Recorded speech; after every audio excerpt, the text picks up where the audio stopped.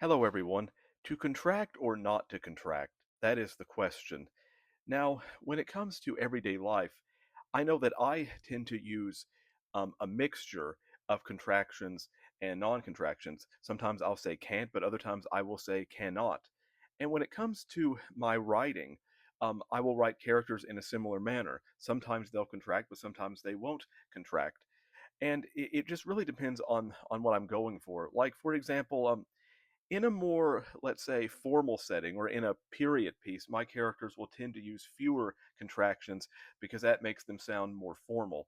However, if they are, let's say, being extremely emotional or if they're extremely stressed or angry, then they will tend to use more contractions because they are not trying to be as formal and they are losing control of their ability to articulate.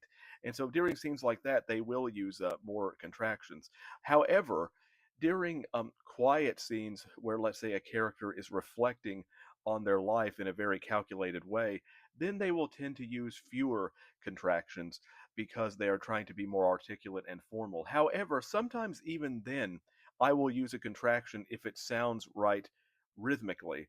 So it really just depends because in everyday life, we tend to use a mixture of contractions and non contractions.